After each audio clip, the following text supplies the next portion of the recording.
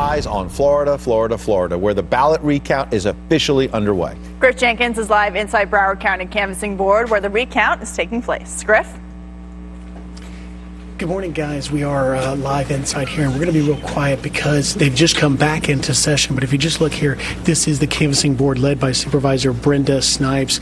And what's just happened, as we try not to interrupt, is the canvassing, the machines that we've heard so much about. We're going through a logic and accuracy test, and we'll show you that room now. There's 10 machines in there. They were running it for the last hour. They had a little bit of a glitch, but they seem to have worked that out, and the officials are reporting that to the canvassing board as they begin their session now. Attorneys for the Republicans, attorneys for the Democrats are very present, and in this room actually you will see a representative of either legal side. And of course this all comes as there is very, very razor thin margins, still the same in the race for Senate. You have Governor Scott and Nelson separated by less than 15,000 votes statewide, and of course DeSantis leading Gillum by less than 34,000. But this is only one of 67 counties across the state that are beginning the machine recount.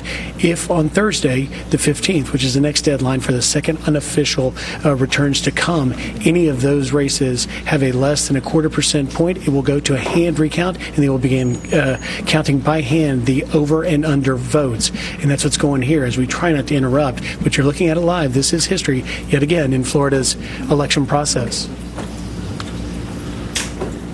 Wow. Wow, Griff. All right. Thanks, Griff. Jenkins live there inside, practicing his think about voice that. for the Masters when he covers it. Exactly. Right? He had the proper etiquette voice there going on. But right behind him was the board that the ballots go through the machines, they're counted, then some of them, if there's a dispute about them, go in front of the board makes the call whether it's a valid vote or not a valid vote.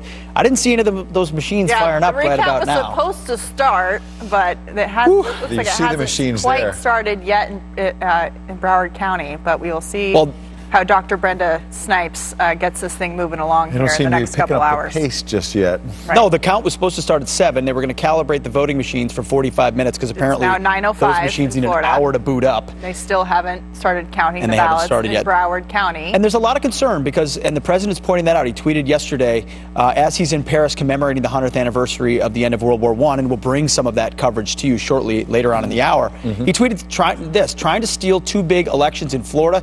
We are watching closely. We know lawyers from both sides have descended. Recounts have begun for both candidates. Scott, right now, Rick Scott up by about 13,000 votes.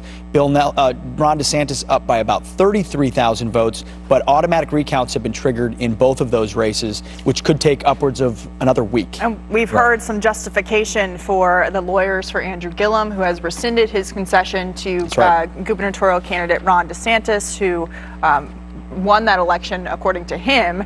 We're hearing now that those lawyers for Gillum want non-citizen votes to count in this recount. Or at least one of the lawyers in the recount. At least one of the lawyers in the recount on behalf of the Democrats, on the Democrat side, have argued that non-citizen votes and ballots should be counted as part of this recount process. So what really happened is in Palm Beach County, you had a more junior lawyer, if you will, on the legal team for Democratic Senator Bill Nelson saying, look, we've got to count all the votes, as you hear Democrats say, and suggested that includes non-citizens in the state of Florida, which is obviously absurd, and it also violates the law. So thankfully, at least, the lead lawyer in the case, who was taking a lot of fire, Mark Elias, because remember, he was also involved in purchasing the dossier from Fusion GPS in the separate matter of the 2016 campaign. So he's come under a lot of fire.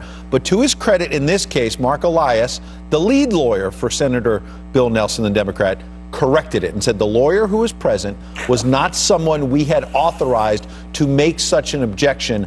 Non-citizens cannot vote in U.S. elections. Oh, really? Thankfully, he clarified that non-citizens can't vote.